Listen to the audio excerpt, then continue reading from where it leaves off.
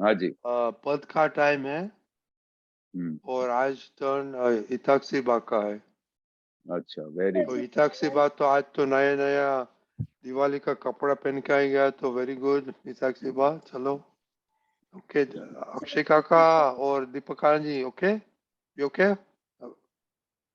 अक्षय काका you okay? Okay okay, जय okay सच्चिदानंद। जय सच्चिदानंद। ओके, आई विल जय बी बैक। सच हाँ ओके हिताक्षी बा। ओके जय सच मेरे संतो कोटि जन्मों ने पुण्य जागे रे, तेने संतो दादा नु दर्शन थाए रे, खटमाए ने खटकारो खट खट वागे रे, करुणा सागर जेना पर सहज कृपा बरसावे रे, सामायिकती अक्रम शुद्धात्मा जगावे रे, स्वसंचालित चेतक चेत चेत चेत वे रे, सहजानंदे छेते व्यवस्थित समझाए रे, लक्ष्य अलखनो निरंतर लक्ष्य मही लहरावे रे, अंतस्करण मा त्रण त्रण टकोरा टक टक थाए रे, कल्प वृक्ष आनंद शक्तियों खिली जाए रे, अकर्ता पद केवल थी दर्शन ज्ञान पाए रे, पूर्वे चितर्या कर्मो जनिर जर जर जर थाए, पूर्व भवनो सतसंग अहर्निश संभड़ाए रे, आत्म सिद्धि मुमुक्षु हृदय घुटाए रे, रोकड़ नाथनी करुणा ज हरदम धक धक साहे रे,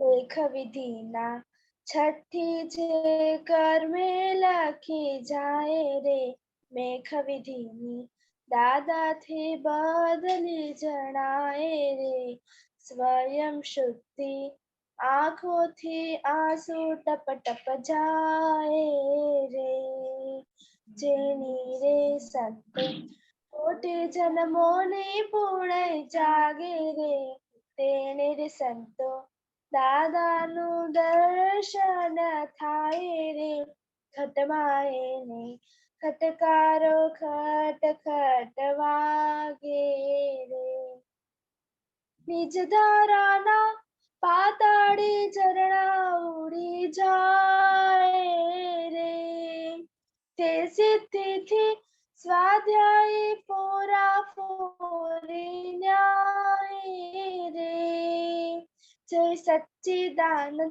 સંગના આ પદ પદના પર્યાય રે, સારિયાણા પર સત્ય જેને ના પોષાય રે, સ્વસ્વતે તે સાહેબી સમૃદ્ધિ સિદ્ધ સાહે રે, ઝંડા વિના મંદિર ધ્વજ પર ફેલાય રે, મિથ્યા જગને મોહલા તો સપના સમજાય રે, તેને શાશ્વત લગનીમાં પ્રેમ અખંડ જણાય રે, આનંદ ગુણના ગાણાઓ ગણ ગણ ગણના થાય રે, અક્રમ જ્ઞાને અતિત જીતેન્દ્રિય જીન સમજાય રે, સૂક્ષ્માતીતે નિત્યથી જીત મોહજી ન થવાય રે, ક્ષીણ મોહજીનેશ્વર દાદાજી સ્વ પર પ્રકાશ કરે, ઉત્કૃષ્ટ લગને આ ભાવથી મોક્ષ જણાય રે, તે નિધિ ધ્યાસે પરભવનું ભાથું ન બંધાય રે, ચહુ ગત્તેના દર્શન ઝંકે છે ક્ષણ ક્ષણ ગણ રે, चेनी रे संतो कोटि जन्मोने पुणे जागे रे તેને રે સંતો દાદાનું દર્શન થાય રે ઘટમાયને ખટકારો ખટ ખટ વાગે રે જય સચિદાનંદ जय सच्चिदानंद हिताक्षी बा, बहुत बढ़िया ट्राई किया आपने। ये जय- केशव आनंद जी, हाँ जी, कैसा गाया हिताक्षी बा ने? बहुत अच्छा गया, बहुत अच्छा गया, बहुत अच्छी ट्राई की। हाँ हिताक्षी बा, ये बहुत ही अच्छा आपने, लंबा लंबा है ये। आप बताइए हिताक्षी बा, ये तो आपकी लैंग्वेज है। हाँ मतलब कि बहुत यानी कि करोड़ों जन्मों से जो हमारी पुण्य होती है वो एकदम इकट्ठा होती है। उसके बाद में जब पुण्य का उदय आता है तब हमें दादा का दर्शन होता है। हाँ, तो हम केशव आनंद जी से पूछते हैं हाँ, कि दादा का दर्शन थाय रे, और यहाँ पे नीचे एक लाइन आई, निजधारामा मिथ्यात्वी नहीं, निजधारा सरस्वती निजदाराना पाताड़ी झरना झरना उड़ी जाए रे जाए थे, रे, हाँ, ते सिद्धि थी स्वाध्यायी फोरा फोरी आए रे। आई रे, बरोबर। એટલે हाँ, और यहाँ पे थोड़े हिताक्षीबा भी अटक गए थे।